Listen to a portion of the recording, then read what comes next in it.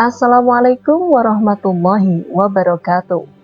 Dan kali ini, Muslimah akan menceritakan sebuah kisah tentang iblis yang bosan menjadi iblis.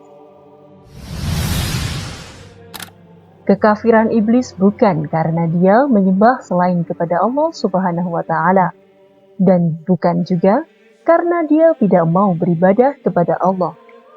Tetapi yang membuat iblis menjadi kafir adalah karena sifat sombong yang ada pada dirinya. Iblis menganggap dirinya lah yang paling mulia dan paling pantas untuk dimuliakan. Iblis ini berasal dari golongan jin dan dia memiliki nama asli yaitu Azazil atau Azazel. Dan ingatlah ketika kami berfirman kepada para malaikat, sujudlah kamu kepada Adam, maka sujudlah mereka, kecuali iblis. Dia adalah dari golongan jin, maka dia mendurhakai Tuhannya. Al-Quran Surat Al-Kahfi ayat ke-50.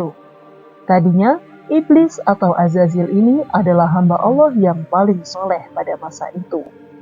Bahkan dulu dia pernah beribadah kepada Allah ribuan tahun lamanya, hingga Allah berikan kemuliaan berupa kedudukan yang disejajarkan dengan para malaikat.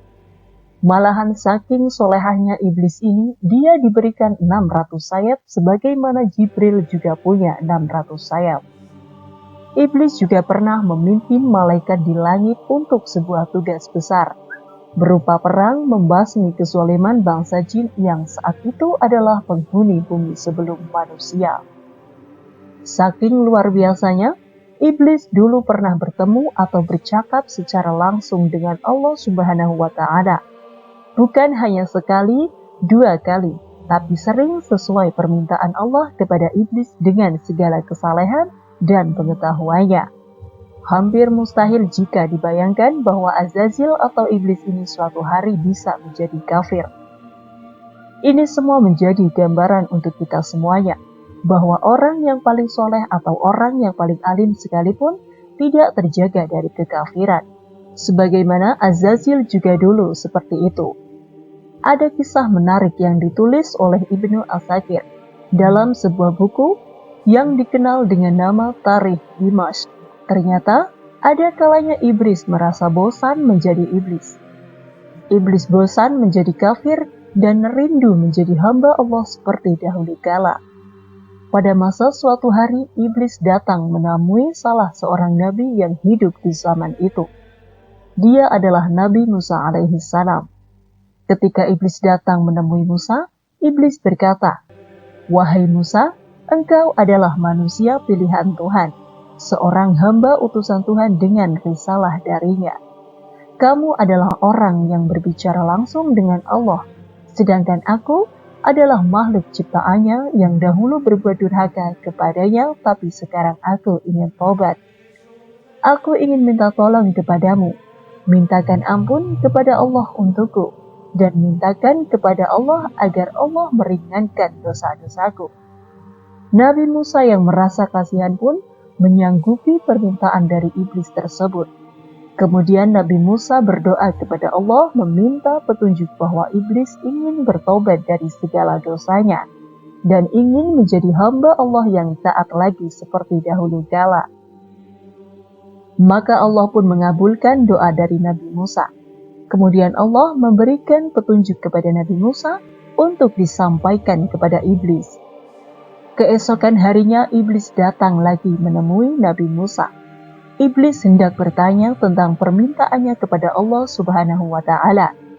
Nabi Musa menjawab, "Wahai iblis, Allah bersedia mengampuni dirimu dan menerima tobatmu.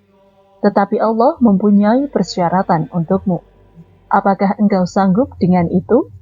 Mendengar perkataan Nabi Musa, iblis pun bergembira dengan bersemangat. Iblis berkata, "Wahai Musa, katakanlah apa syaratnya.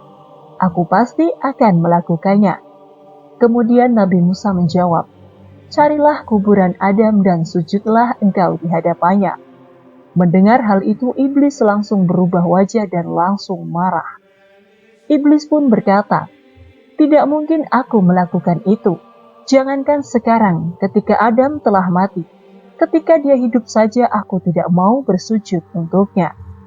Pada akhirnya, Iblis pun menolak syarat itu dan dia menjadi sangat marah dengan apa yang disampaikan oleh Nabi Musa alaihi salam. Tapi iblis sangat menghormati Nabi Musa karena Nabi Musa telah menyampaikan keinginannya kepada Allah Subhanahu wa taala. Maka iblis pun memberikan nasihat kepada Nabi Musa supaya Musa dan seluruh manusia berhati-hati terhadap tipu daya iblis dan bala tentaranya.